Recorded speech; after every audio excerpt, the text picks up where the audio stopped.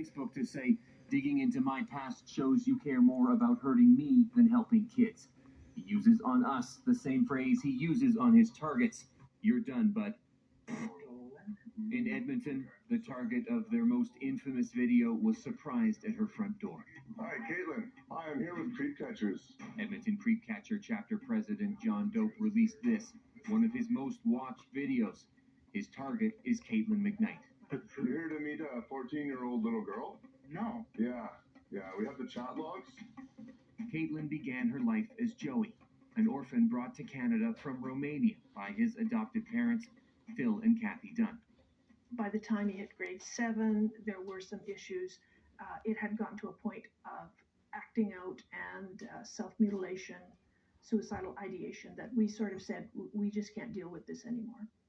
He was, at that point, spending time living on the street, doing a lot of street drugs, and wasn't a healthy life choice, I didn't think. By his late teens, Joe began to transition to Caitlin. Did becoming Katie help? In some ways, it helped. He did seem, for a while, to be happier. He felt good with those. She felt good with those choices. She seemed to be in a more positive state, and was happy living as a woman. Kathy Dunn says her daughter was suffering from several mental health issues when Creep Catchers showed up at her front door. Her mental state was always up and down. Highs and lows. Highs and lows, for sure. I think she was doing fairly well, and then, of course, this Creep Catchers thing happened in April, and the world just ground to a halt. I told you that I was 14. You told me to come over and you wanted to have shower sex with me. Is this not true? No. No? The Edmonton Creep Catcher video was eventually taken down, but 6 months later, it was reposted as part of a top 10 catch list. We have all your information. We know it was you.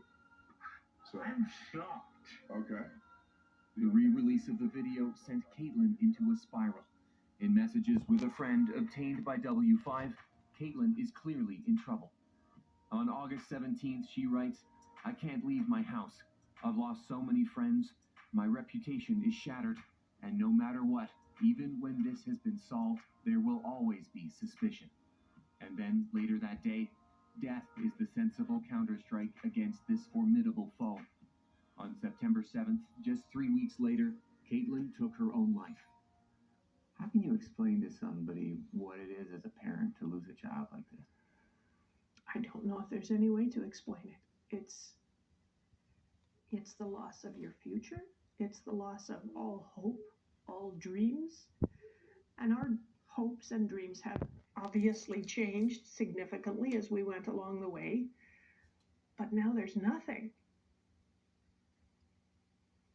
There's just nothing.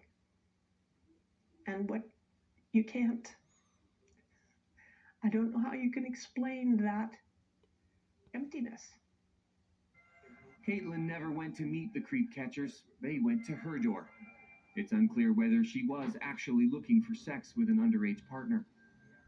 John Dope, whose real name is Nigel Wilcox, has never released the chat logs. He agreed to an interview with W5, then canceled. Is there anything positive, do you think, that can come out of this? I hope that people will sit back and think about what it is they're doing. Understand the damage they do to people, the hurt they cause. Since Caitlin's death, the Creep Catchers network has fragmented. Dawson Raymond is no longer in control. Authorities are still keeping a close eye on Carl Young. And Ryan LaForge is still posting videos and selling hoodies. The man who started this in Canada, Justin Payne, says it's not the result he was hoping for. You've inspired people all across the country.